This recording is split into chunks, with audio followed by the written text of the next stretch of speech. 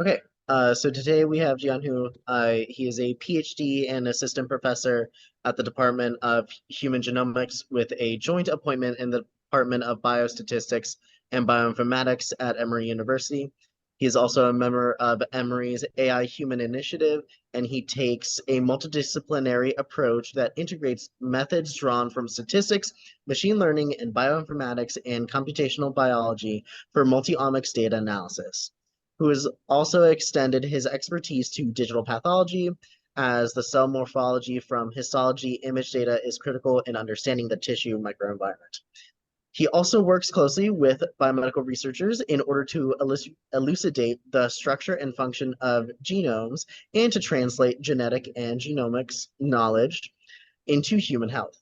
He holds a PhD in biostatistics from the University of Pennsylvania, and today he will be discussing his developments on MorphLink, a framework designed to systematically identify disease-related morphological molecular interplays, and is a significant tool for multi-sample, multi-modality, spatial omics data analysis, facilitating atlas usage and enhancing the interpretation of analyses. So with that, hand it over to Dr. Hu. Thank you. Thank you for the comprehensive introduction. So I can skip the title part. So here is the overall background of my research program. So I'm trying to build the connection between omics data with the phenotype data.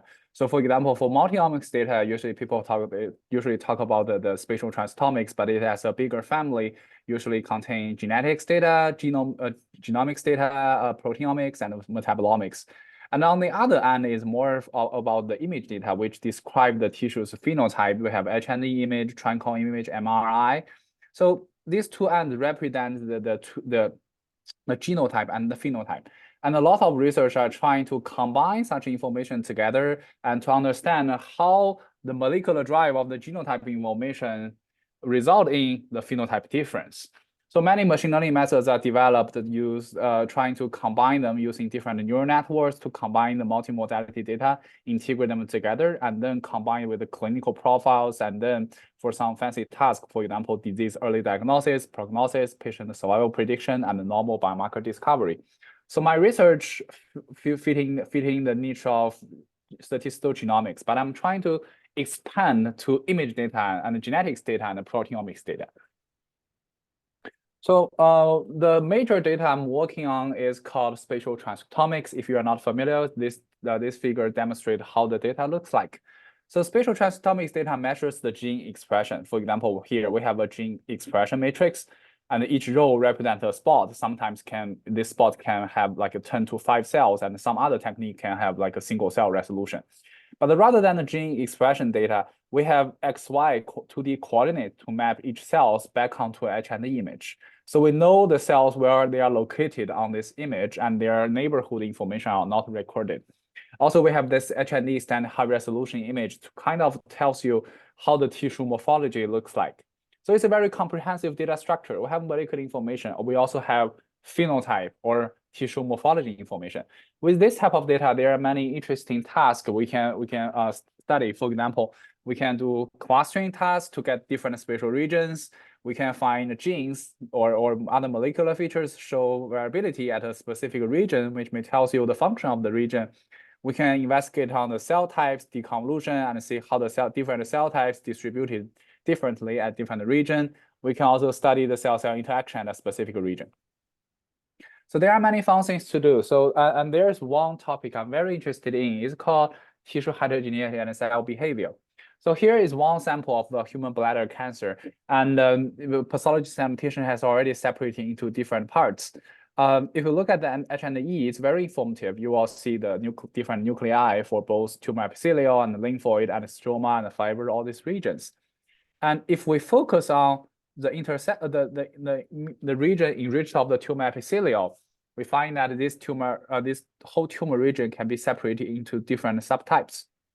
And within these subtypes, we will observe their difference in gene expression and tissue morphology. So overall, it tells you how the cell's behavior change at a different tumor region from multiple aspects. How the cells, how the cell's morphology change is related to its function, which is reflected on their gene expression. So spatial transcriptomics can definitely utilize as the resources to give answer to such question. Getting an answer to the tissue heterogeneity will give you some guidance on the development of therapeutic target for specific tumor types. As shown here, this tumor subregion, we observed some differential expression genes. For example, this CD74, which is a gene for antigen presenting, is only highly expressed in a subset region of the tumor parts. And if we zoom in on the H&E image, we will see the cells also have the tumor epithelial of their nuclei also have difference. For example, on this small image patch, which is from I think region 1, the tumor epithelial's nuclei are pretty dense. They are pretty small. But on the nuclei on the subregion 2, which has enriched the expression of the CD74, their nuclei are more open. The chromatin is open, so it's more actively related, involved into many biological processes. Such a difference or tissue region heterogeneity can be deciphered from both the molecular ends and the tissue morphology ends. And going back to the popular methods, there are many machine learning methods developed for spatial transcriptomics. For example, one method I have developed is for to identify different cell types on the H&E on the image. We are trying to utilize the gene expression and the histology image information together, combine them, and use a convolutional neural network, very fancy structure, and then we can identify the tumor region, the tumor edge, the tumor core, and different lymphocytes. Another published study that they utilize similar idea. They have the image data and the gene expression, and then use autoencoder, some machine learning methods, and then use get the embeddings and concat them and combine them together to identify different spatial domains.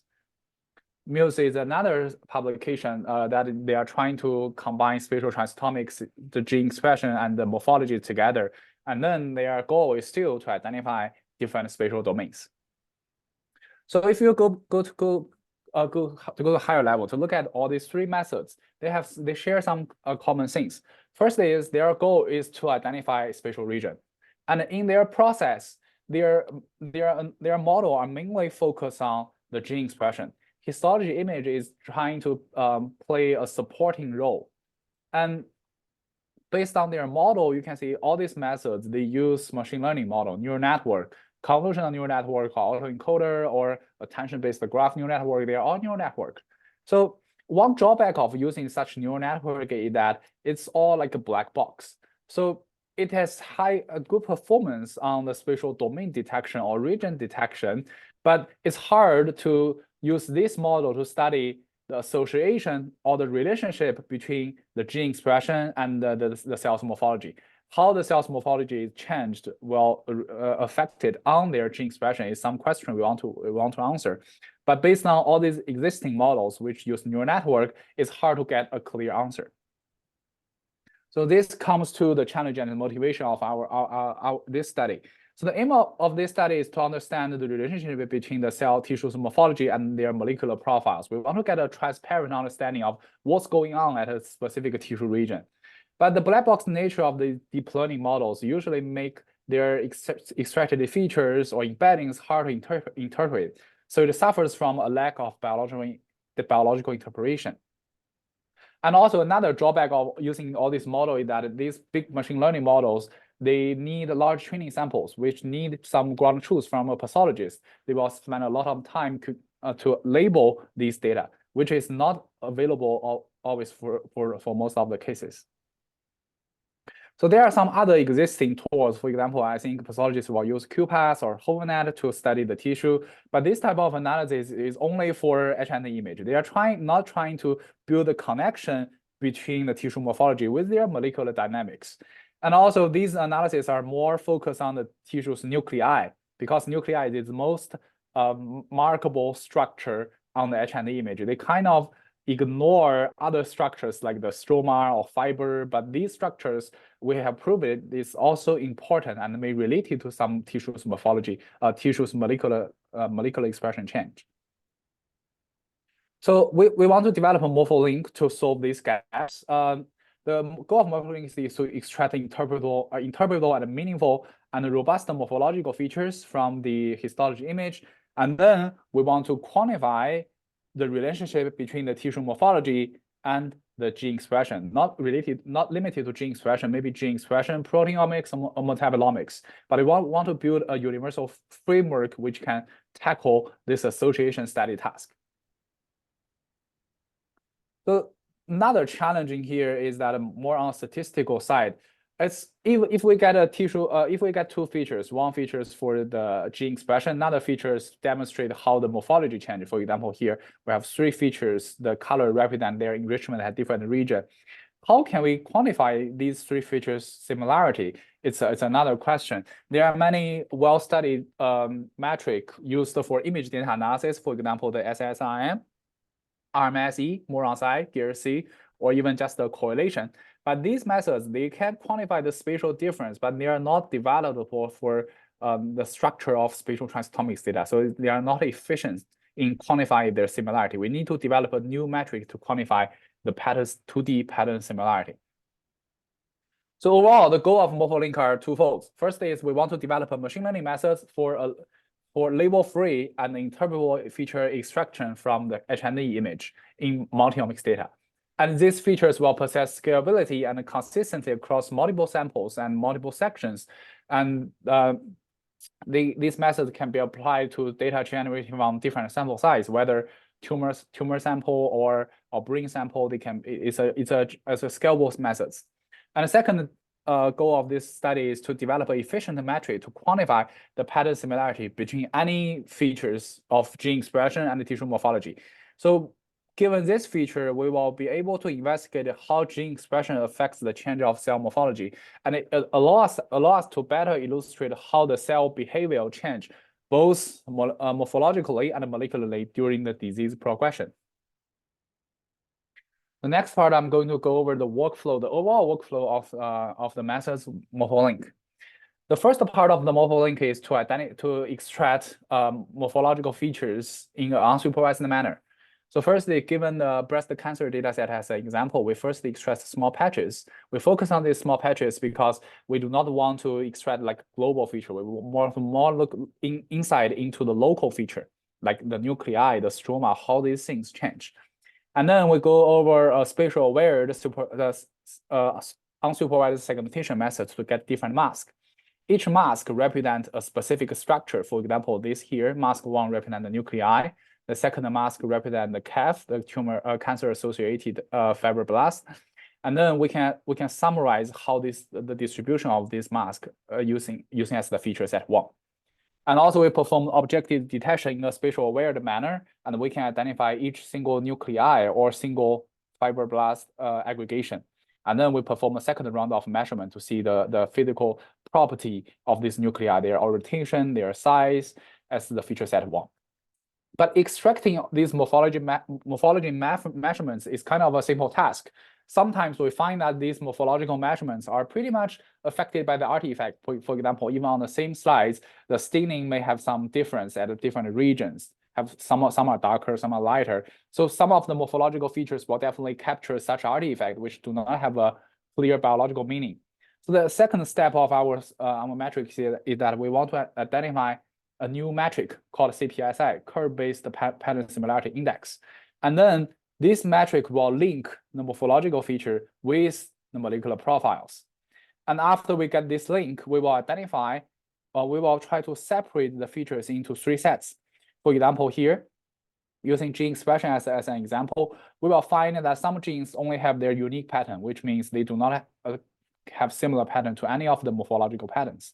And we also have another unique set of morphology features, which does not look like any of the gene expression. But the interesting part is the intersection part, means the tissue morphology feature and the gene expression are highly correlated. Then build on this linkage, these feature pairs, we are going to decipher how the tissue morphology change with the gene expression. And our methods has been applied to many cancer data sets and show that we can uncover the cell's behavior jointly from the morphological view and the molecular view.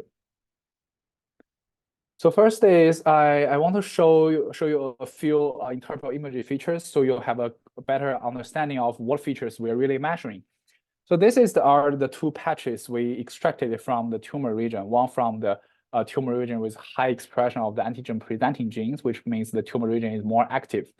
Another tissue patch here is from a more static tumor region.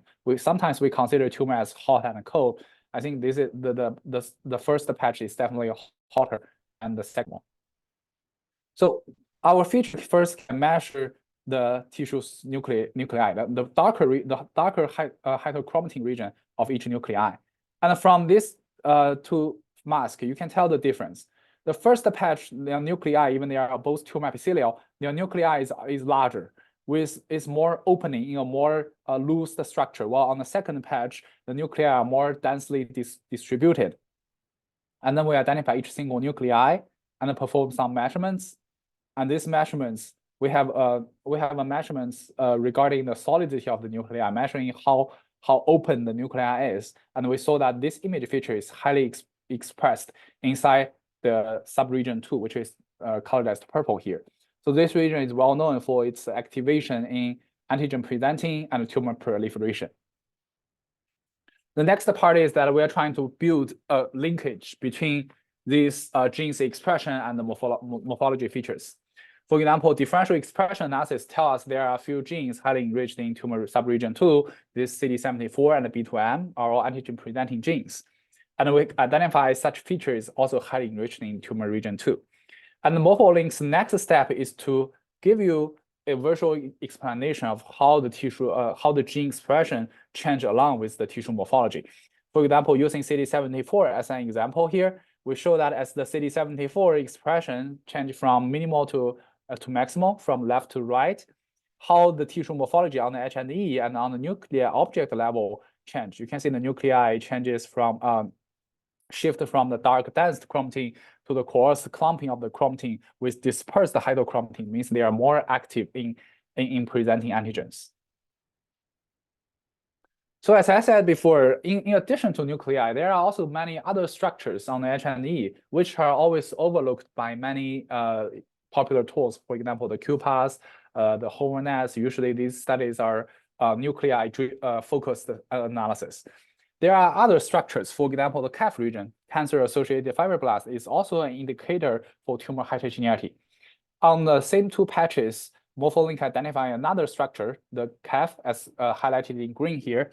You can see the CAF's areal across these two regions are very different. That's why we can identify the second morphological feature that highly enriched in tumor subregion 2.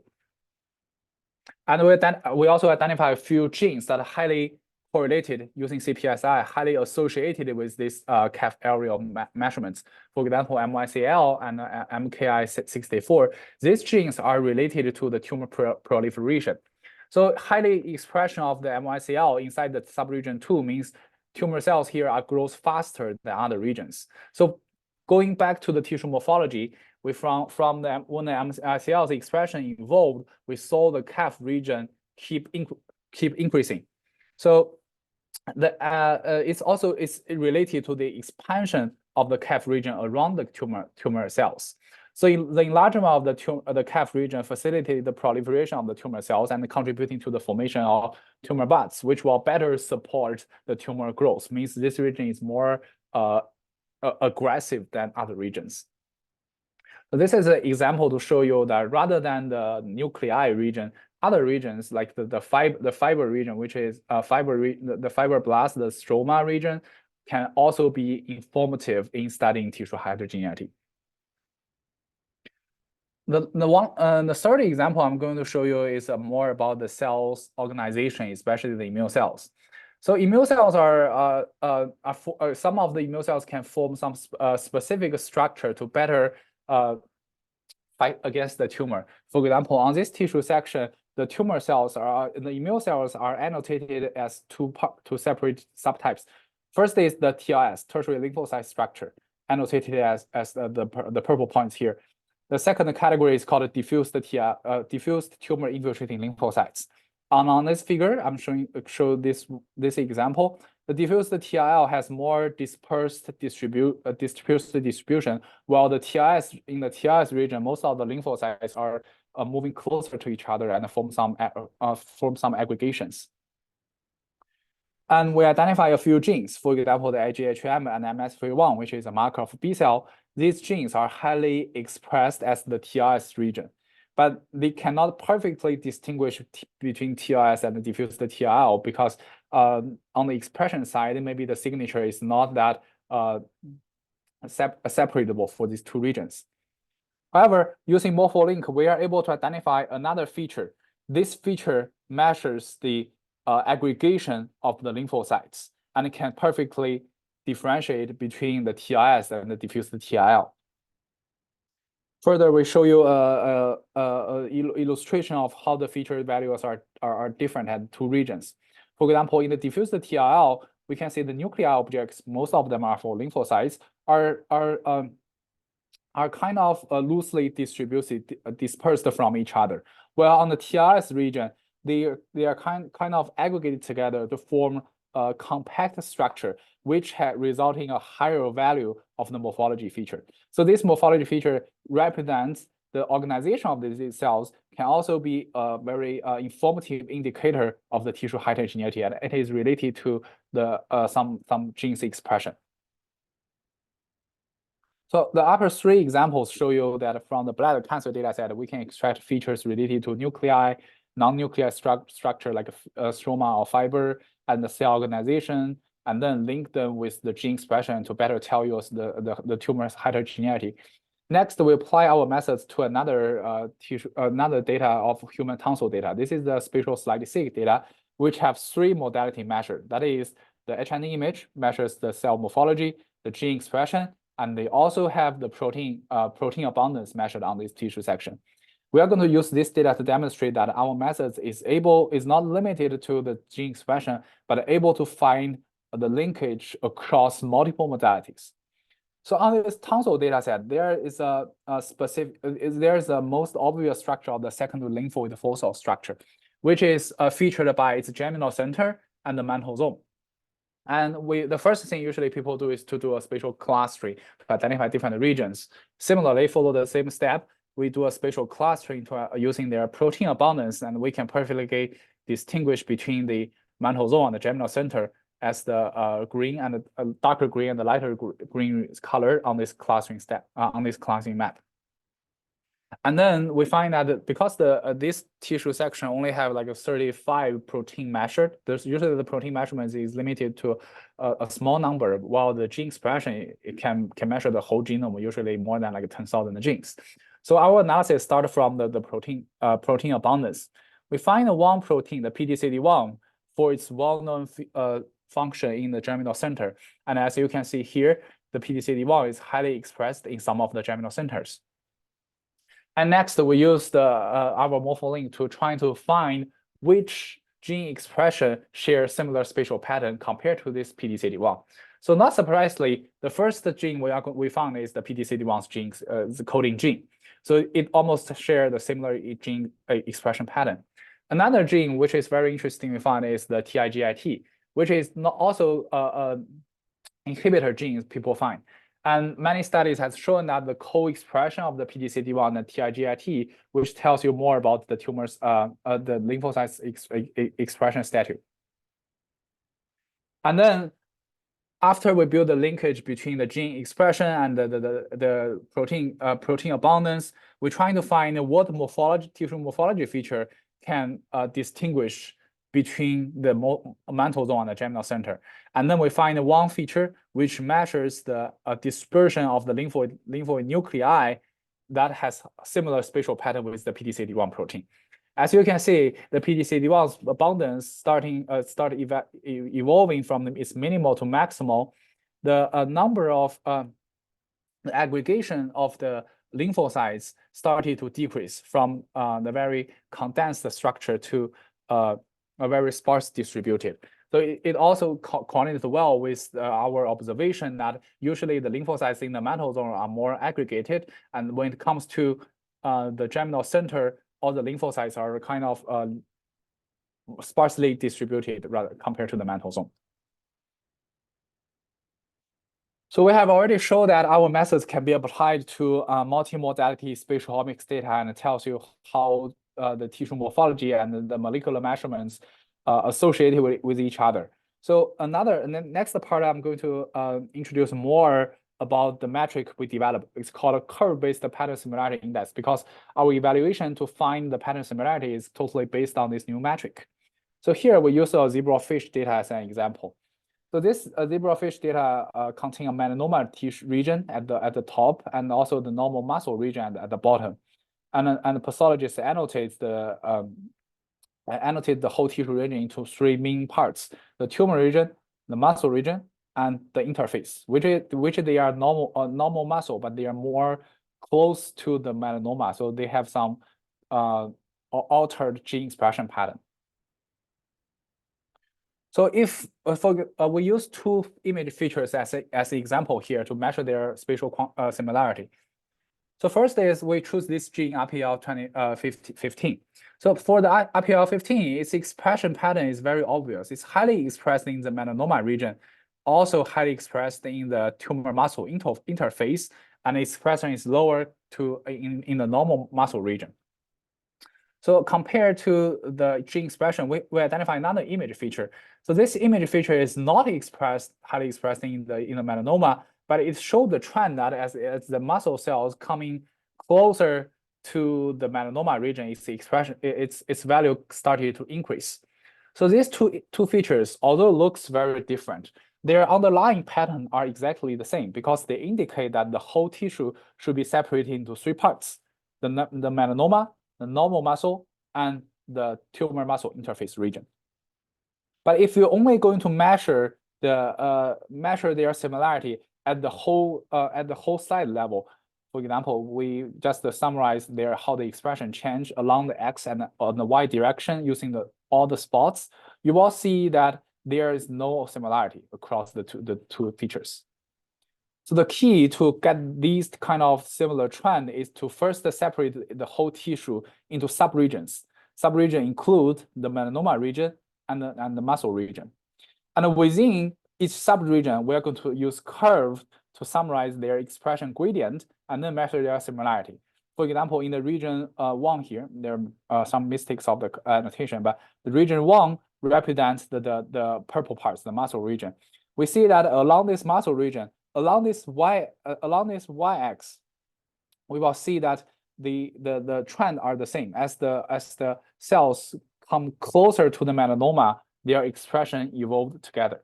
So if we want to capture such pattern similarity of a whole slide, we need to first separate them into subregions and measure the similarity within each subregion. So following this pipeline, we are trying to find how the tissue morphology changed inside the normal muscle region. We identify two genes that are highly expressed at the tumor muscle interface, TOBA, BA8L, and RPL5B. And then we identify a tissue morphology feature that change along with these two features. So these features measures the fiber bundle at the muscle boundary region. So as the expression of the genes increase, the muscle has a sign of caucasia, which characterizes its muscle atrophy due to the nutrition being consumed by its tumor cell. So there are a lot of waste besides the muscle cells. So consequently, the collagen degenerate lead to the reduction in the muscle fiber size.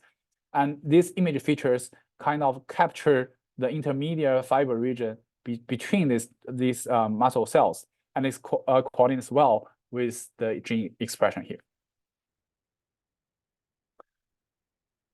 So I have shown a lot of examples of single section analysis. Our next aim is to show that how our methods can be adapted to multi-section analysis, because there are many studies as the cost of the spatial transcriptome is becoming affordable. There are many studies trying to generate multiple tissue sections from a cohort, and it is important for our method to be scalable to analyze multiple tissue sections. Here we use a breast cancer dataset as an example. On this breast cancer dataset, we pick up 3 samples from 3 donors. And you can see that these samples have the cancer in situ and the invasive cancer region annotated as red and yellow here.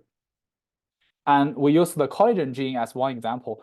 So these collagen genes across all these 3 samples are highly expressed in the invasive cancer region and has low expression value at the cancer in situ region.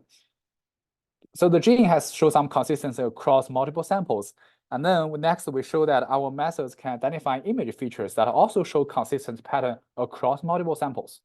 We identify one feature which measures the stroma region of the tumor. It also shows high expression in the invasive cancer and low expression, low value in the cancer in situ region. And the virtual examination here also show that this feature measures the same tissue structure across multiple samples. It's all the stroma region inside the tumor epithelium. And we can see that in the invasive cancer region across the 3 samples, the stroma takes a large proportion of the whole patch. They are growing fast to support the tumor cell proliferation. While in the DCIS, since it's a more status tumor format, the stroma takes a less proportion of the whole patch. It's more dominated by the tumor nuclei. So this example show that we find that this morphology-molecular linkage can be validated across multiple samples, which is an important property of our methods. So next, this study have 8 samples in total. So we just compare our extracted interpretable morphology features with image features from the deep learning methods. We use the HIPT feature as an example. So we extract all the morphology features for all the 8 samples, and then we perform a clustering and a UMAP visualization. On the figure on the left, we show that all the samples from all the spots from different 8 samples are evenly mixed with each other. But using the deep learning features, all the spots are grouped by their sample identity. So that means there are strong batch effect of the image features from the deep learning methods, while for our methods, we are more robust to the batch effect across samples, which is making it more a better method for multi-sample integration. Okay, so for summary, we have developed the MorphLink. It's a new method to extract interpretable morphology features from the H&E image. And the feature from our method is more robust to batch effect than deep learning features. We also proposed a new statistical metric called CPSI. It's an efficient metric to quantify the spatial pattern similarity across features from different modalities. And the combination use of these 2 approaches can link the tissue's morphology with their molecular profiles to better understand how the cell behavior change at different different tissue region. So that's all for the MorphLink feature right now, and I'm open for any other questions.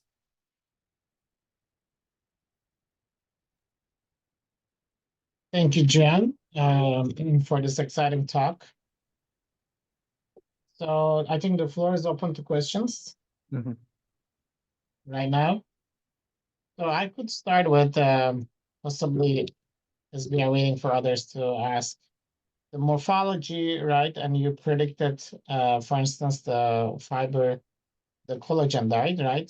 So I was wondering if the resolution limits in those kind of data sets, because your spatial transcriptomics is typically much less resolution than the fiber gap, right? Would you mind going to that collagen data? Collagen, you mean? Yeah, that actually you just passed. Next, yeah, this one. Yeah, this collagen data. Yeah. Was this also collagen? I think there's a delay. Yeah. Okay. I was wondering about the limits here, right? In terms of, so this is a collagen, but then you have also in previous slide. Could you go to the previous slide? Previous one, this one? Oh, this one? You just back. So there's like a streak of data in there. And just is this one? Okay, that's fine.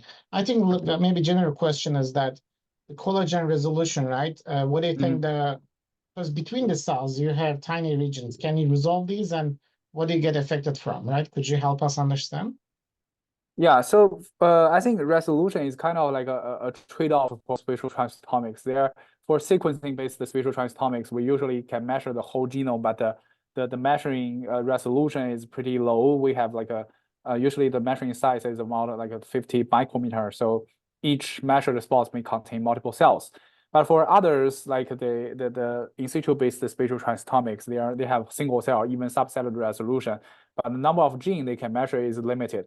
So going back to the H&E image here, so usually the measuring spots on the H&E, they contain multiple cells. They may have some of them fall inside the region between the stroma region. But it's a trade-off. If you want to do some discovery study that trying to get the morphology and the tissue molecular information covering the whole genome, still, I would say the low resolution spatial transcriptomics data is still the most popular platform we are going to use. Got it. So what do you think the future of Murfish and Xenium and all the other data sets? We have analyzed, emissions? yeah, we have analyzed the Xenium and the MERSCOPE data set for other purpose. I think before we generate data to get Murfish and Xenium, the question we need to ask first is we want to design the gene panel, because usually you can only measure like 300 genes, and usually the gene panel are popped up with cell type markers and or region markers. Even you get a single cell resolution, the gene you measured is limited, so it's hard to do some study like a MorphLink, trying to do a discovery study to find which morphology and image are more related to each other. And the morphology in MERSCOPE and Xenium, they may more focus on the single cell resolution, more like measuring the cells size, boundary, the width and height, which is different from the tissue's morphology. Interesting. Yeah, the targeted angle, I think, is making it limited, use, right? But I guess combining maybe tri-modality, right, as you mentioned, Murfish and others, right? We can learn more the patterns, right? I think for a given subset of, let's say, collagen and all that market, that would be interesting. Thank you. Sunil, do you have any questions? You're muted, sorry. So this is really good data, and I love where you are going with this. We need to identify additional use case scenarios for us to work and try to identify where we can apply this the most. Clearly, you have demonstrated some use cases, but I think as we go forward, there are certainly additional use cases that one could think of, and make sure that these kind of technologies we really have a good chance to play with. I mean, I wasn't aware of the previous other two papers that you showed. So having seen this data before, I'm really impressed with the things that one can do. And we need to better understand some of the biological processes and see how we can convert the expression with the morphology. Yeah, I think one aim we really want to achieve is, I think spatial transcriptomics is invasive and it's very expensive. It's not like a broadly used in clinical diagnosis, but not like H&E. H&E can better used here, but most of the H&E analysis is based on pathologists' own experience. It's kind of difficult to have a standard or easy used package for people to understand it. So that's why we developed these methods, trying to understand the tissue morphology with the supervision or the guidance from the molecular information. And then for other data set, for example, we only have H&E available, then we can know that which tissue hallmarks or what tissue morphology we should look at, and it may relate it to the tumor heterogeneity. So along those lines, what could be useful is in any given tumor, we know that there's See, we as in pathology and biomarker analysis, we tend to look at protein expression irrespective of the cell cycle. Mhm. I think analysis of biomarkers in concordance with cell cycle or some specific features. So for example, an ER positive tumor is a mixture of ER positive and ER negative cells. We don't quite understand enough about those interrelationships. And that will be somewhere we could very nicely use this. But I'm sure other people on the call have additional ideas, but there's certainly things that we should be able to think of and try to apply it to understand biology in a much better way than what we have been able to do. So I'm very impressed with what you have generated. Thank you. Thank you, Sunil. Are there anyone who has questions?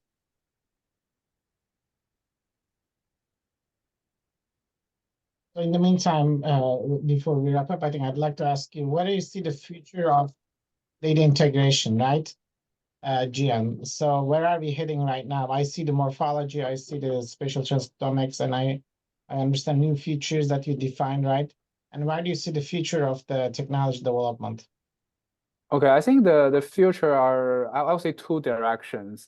First is, as I mentioned, there are more data, right? More data, same samples, different cohort, they have more data generated. I think the one future is to scale up the current analysis. We can have more power to identify the disease risk prognosis. Like we have more samples.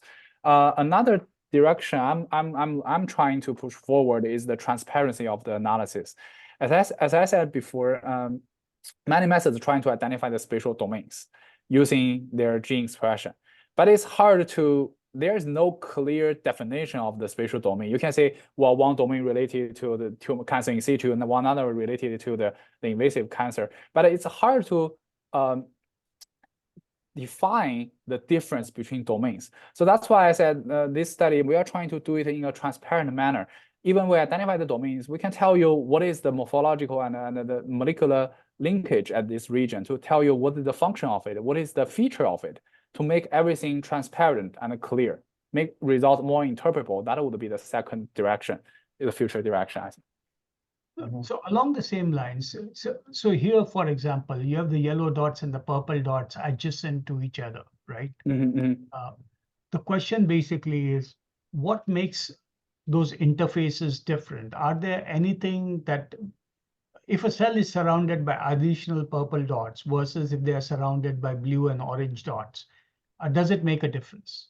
And what does that indicate? What are the cell neighborhoods and how do we understand it? Is it possible to analyze using your technology, or is it still too early for that? Yeah, I think so. This is a great example. Let me show you another example here. Maybe just to look at these collagen genes. So you can see in collagen gene, if we look at the middle sample, the G2 is highly expressed in the red dots are the invasive cancer. But if we look at the H1 sample, the collagen gene is also highly expressed at the cancer in situ region here.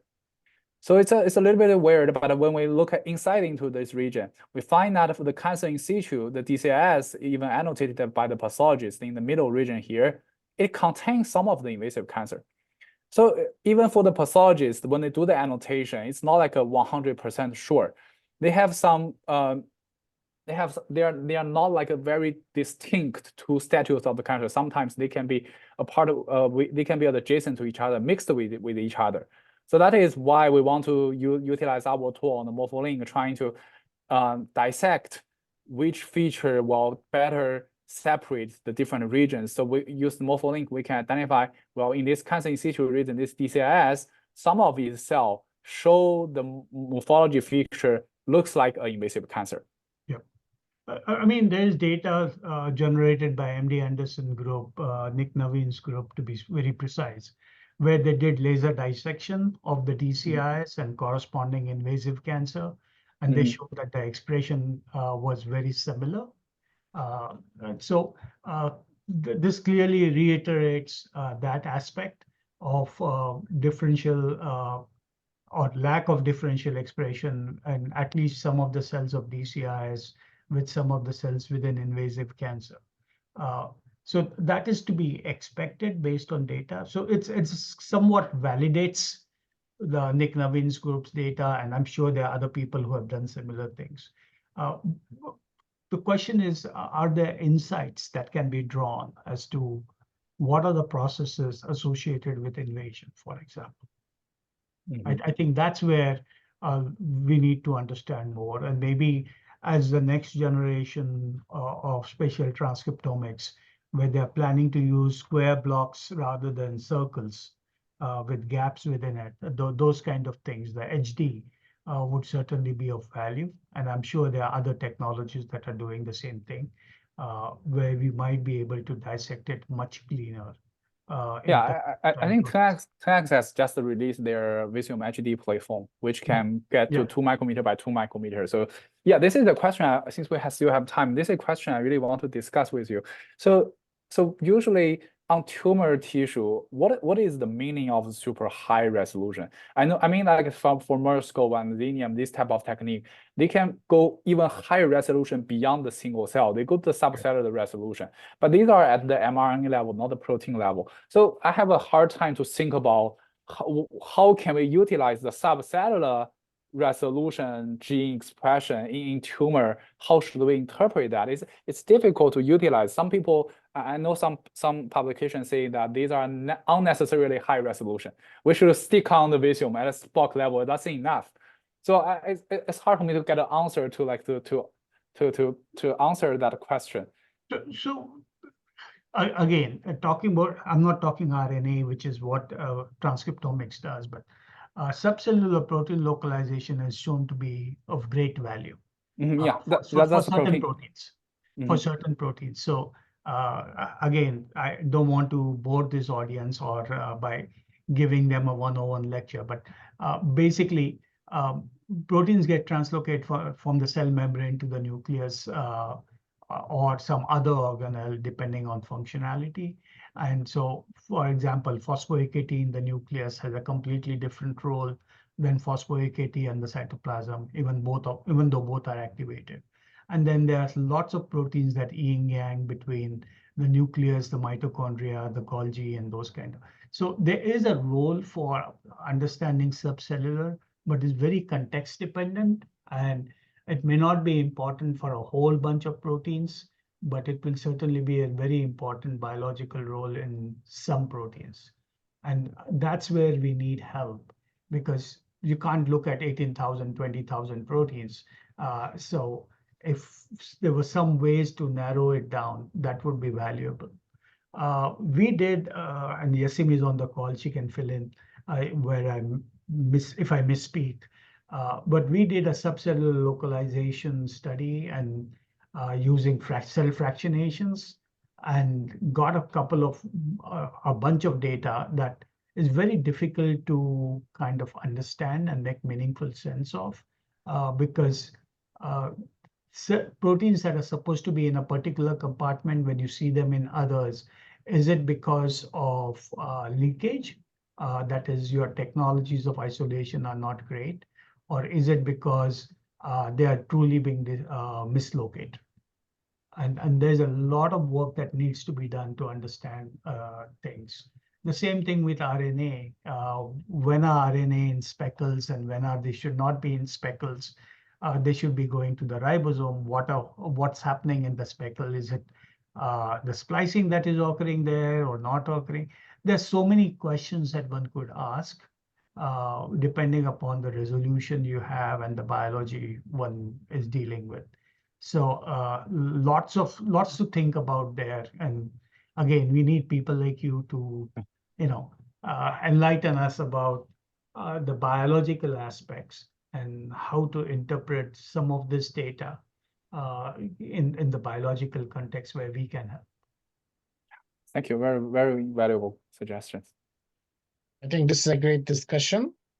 Anyone else who has a burning question?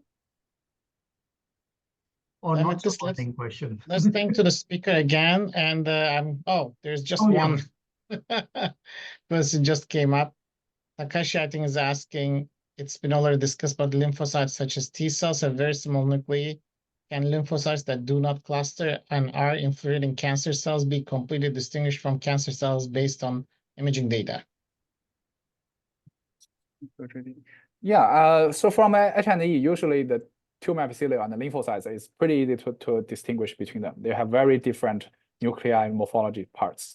But the limitation is that if you want to get the subtype of lymphocytes, it's difficult. For example, T cell, B cell, and then go to the T helper or Tregs. These are all based on the expression. So that's why that is the foundation for people trying to combine multimodality. That means the gene expression and the image together. Image can tell you part of the story, but the gene can tell you more.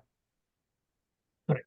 So as a morphologist, I can tell you we can definitely distinguish them, but we don't, as was pointed out by Jian, classifying them further as to whether they're T cells, B cells, or kappa lambda or whatever, it's just impossible.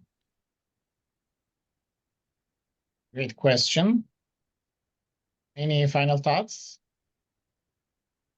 Okay, yeah, I was gonna do the kind of thank you and claps for you, right? Thank you so much for providing this exciting talk today, and we really enjoyed your approach. Thank you, everyone. Then I also would like to announce that in 2 weeks from now, we will have Dr. UK10 from Stanford on May 3rd, Friday, 2 p.m. And she's going to talk about Space S, which is a code or a STEAMRite interactive Python workflow for multiplex image processing and analysis. Please feel free to connect again in 2 weeks. And I hope this is useful for us to highlight our early career and rising star researchers in spatial omics. And with this, I think we are concluding and sparing additional 5 minutes. Thank you again, Dr. Hu. And have a nice weekend and hope to see you next time. Thanks, everybody. Thanks for joining. Thanks for Bye, joining. everyone. Bye. Bye.